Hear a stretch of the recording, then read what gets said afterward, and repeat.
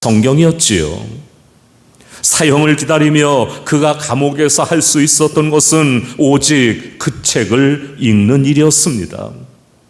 그는 작은 한 권의 책 속에서 그분 바로 예수 그리스도를 만났습니다.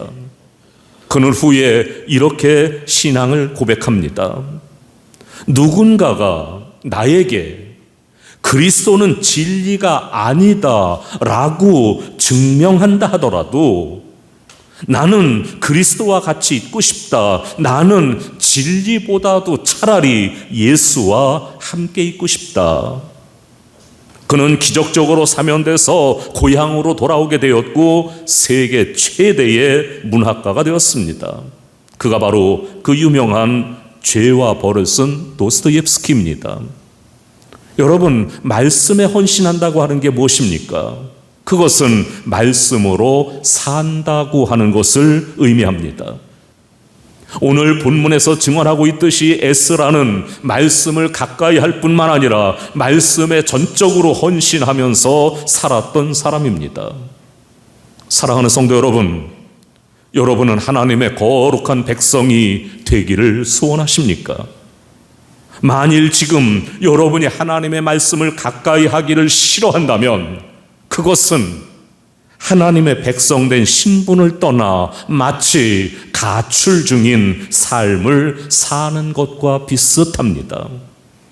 따뜻한 보금자리와 사랑하는 부모님들이 계신데도 불구하고 스스로 지하철, 공원 벤치, 공중 화장실 등등을 전전하며 사는 것 같은 삶을 살고 있는 것입니다.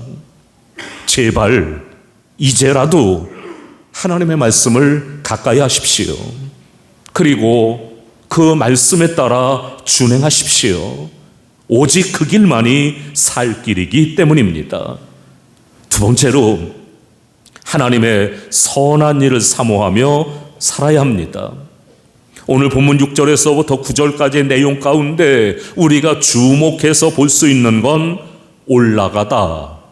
올라가다라고 하는 단어가 여러 번 반복되고 있다는 점입니다.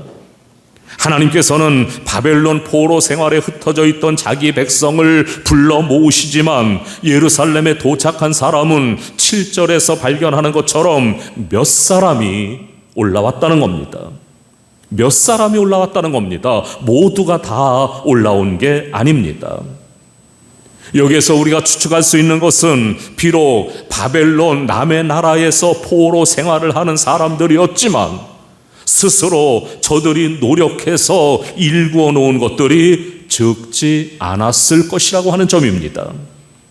다시 말하면 그곳에서도 열심히 노력해서 출세한 사람들이 있었다는 말입니다.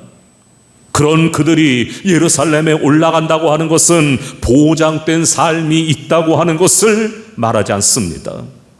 자신의 기득권을 포기하고 떠나야 하는 길이었습니다. 하지만 하나님의 선한 일을 사모하는 사람은 하나님의 선한 일에 그 가치를 우선순위에 둔다고 하는 것을 의미합니다. 다시 말하면 하나님의 부르심에 자기 일을 기꺼이 포기할 수 있는 결단력 있는 사람들이라고 할 수 있는 겁니다. 이런 사람들이 올라온 것입니다. 이들은 성전에 임재하는 하나님을 다시 경험하기를 소원한 사람들로서 포로 생활에서의 방황을 과감하게 청산할 수 있었던 사람들입니다. 사랑하는 성도 여러분, 여러분들의 신앙의 현주소는 어디입니까? 여러분은 하나님의 음성에 귀를 기울이는 사람들이십니까? 그분이 부르시는 음성이 들리십니까? 혹시 내 일에 너무 바쁜 나머지 그분의 음성을 듣지 못하고 있는 건 아닐까요? 아니면 사회적인 여러 가지 제약 때문에 그분의 음성을 듣지 못하고 있는 건 아닐까요? 그렇다면 여러분, 이제는 일어나십시오. 지금이 바로 올라갈 때입니다. 내 안에 있는 모든 짐을 내려놓고 그분께로 달려가십시오. 주님의 선한 손이 우리를 기다리고 계십니다. 유명한 시인 라이나 마리아 릴케가 에세이를 하나 썼는데 그 이름이 하나님의 손 이야기입니다. 릴케는 하나님의 손 이야기를 통해서 하나님의 보이지 않는 손이 언제나 우리를 인도한다고 고백을 하고 있습니다. 옳습니다. 모든 짐을 내려놓고 그분께로 달려가면 주님의 선한 손의 도우심은 저와 여러분에게 가장 귀하고 가치 있는 것으로 채워주실 것입니다. 세 번째로, 하나님의 뜻을 이루기 위해서 결단해야 합니다. 오늘 본문에서 6절이지요. 말씀하고 있는 것처럼 에스라는 왕에게 인정받는 정치적으로 권력을 행사할 수 있는 사람이었습니다. 우리는 이처럼 힘을 가진 에스라의 여정이 4개월이나 되었다고 하는 긴 여정이었다고 하는 것에 주목해야 합니다. 거리를 보면 3개월이면 충분히 다다를 수 있는 거리였던 거지요. 그런데 왜 한 달이나 더 소요됐을까요? 그것은 그 길이 너무도 험난했기 때문입니다. 그렇다면 이렇게 험난한 길을 왜 굳이 가야만 했을까요? 또 거기 가서 무엇을 하려는 것일까요? 여러분, 말씀을 능통했다고 하는 에스라를 기억하십니까? 또 그가 말씀을 준행하는 사람이었다고 하는 게 생각나십니까? 에스라는 말씀을 사랑함으로써 하나님의 선한 일을 사모하게 되었고 또 그 뜻을 깨닫게 되어진 겁니다. 따라서 에스라는 하나님의 역사에 매우 중요한 역할을 하는 사람으로 준비되어진 겁니다. 10절에 이렇게 말씀합니다. 에스라가 여호와의 율법을 연구하여 준행하며 율례와 규례를 이스라엘에게 가르치기로 결심하였더라. 이처럼 에스라는 방황의 긴 여정에 있었던 하나님의 백성들을 거룩한 백성으로 회복시키려고 하는 하나님의 뜻을 이루는 사람으로 선택되어진 겁니다. 에스라는 하나님의 뜻, 거룩한 백성으로 회복하기 위해 모범을 보이고 가르치기로 결심했다고 하는 겁니다. 이처럼 사명에 불타는 에스라는 4개월의 험난한 여정 가운데 있었지만 결코 포기할 수 없는 그야말로 말씀으로 무장된 사람이었습니다. 에스라는 죽음을 두려워하지 않는 사도적인 사명자였고 에스라는 그 시대의 거룩한 영적인 사람이었습니다. 그는 바로 하나님의 거룩한 백성이었으며 하나님의 역사에 동참한 사람이었습니다. 그가 이렇게 할 수 있었던 게 무엇입니까? 바로 말씀하시는 하나님의 선한 손을 믿고 결단한 사람이었기 때문입니다.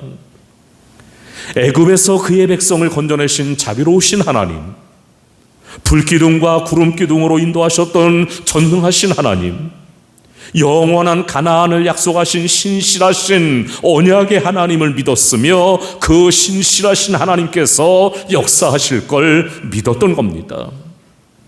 성도의 결단은 이러한 확신에 근거한 믿음으로 말미암는 겁니다. 사랑하는 성도 여러분, 신실하신 하나님은 지금도 여전히 동일하게 역사하십니다. 하나님은 자기 백성을 부르시기 위해 가장 사랑하는 아들 예수 그리스도를 우리에게 보내주신 분입니다. 주님은 아버지 뜻을 이루기 위해서 가장 비천한 자리에서 굴욕과 멸시를 당하시고 가시와 창에 찔리시며 피 한 방울 남기지 않으시고 십자가에 죽으시고 부활하심으로 완전한 대속을 이루신 분입니다. 기차는 철길 위를 다녀야 하고 배는 물 위에 있어야 하듯이 기독교인은 하나님의 말씀 안에 그 말씀을 따라 살아가야 합니다. 이것이 하나님의 백성이 이 땅에서 승리하며 복되게 사는 방법입니다. 그것이 하나님의 뜻을 이루어 드리는 길입니다. 그것이 그리스도의 복음을 전하며 제자로서 살아가는 길이 되어지는 겁니다. 사랑하는 성도 여러분, 지금은 매우 중요한 시점입니다. 앞에서 말씀드린 대로 코로나로 사회의 모든 게 바뀌고 교회의 모든 게 바뀌고 있습니다. 이제 우리는 교회를 새로 세워나가야 하는 시점에 서 있습니다. 바로 지금 우리는 결단해야 합니다. 이제는 하나님의 품 안으로 돌아와 마땅히 기독교인으로서 살아야 할 방법을 따라 살아가야 합니다. 이것이 이 시대에 우리에게 요구하시는 하나님의 뜻입니다. 사랑하는 성도 여러분, 이제는 하나님의 말씀대로 하나님의 법칙대로 사십시오. 하나님이 원하시는 대로 살아가십시오. 그것이 힘들어도 그것이 어려워도 결국은 그것이 승리하는 길인 줄 믿고 열심히 하나님의 법칙대로 살아가서 승리하게 되는 저와 여러분이 다 될 수 있기를 주님의 이름으로 축원합니다. 기도합니다. 사랑과 은혜가 많으신 아버지 하나님, 오늘도 우리들이 하나님 앞에 나와서 귀한 예배를 올려드립니다.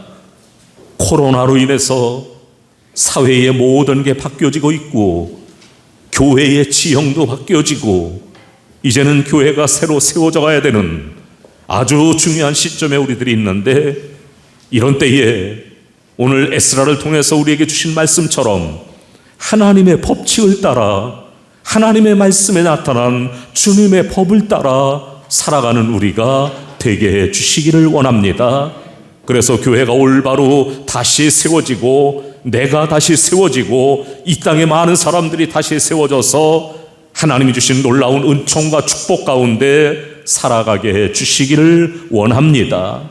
예수님 이름으로 기도하옵나이다. 아멘. 이제는 우리 주님 예수 그리스도의 은혜와 하나님 아버지의 지극하신 사랑하심과 성령님의 인도하시고 교통하시는 놀라운 은총이 오늘도 믿음으로 귀한 예배자리에 나와서 예배드린 모든 성도들 위해, 또 있는 처소에서 믿음을 가지고 예배드린 모든 성도들 위해 지금으로부터 영원까지 함께 하시기를 간절히 축원하옵나이다. 아멘.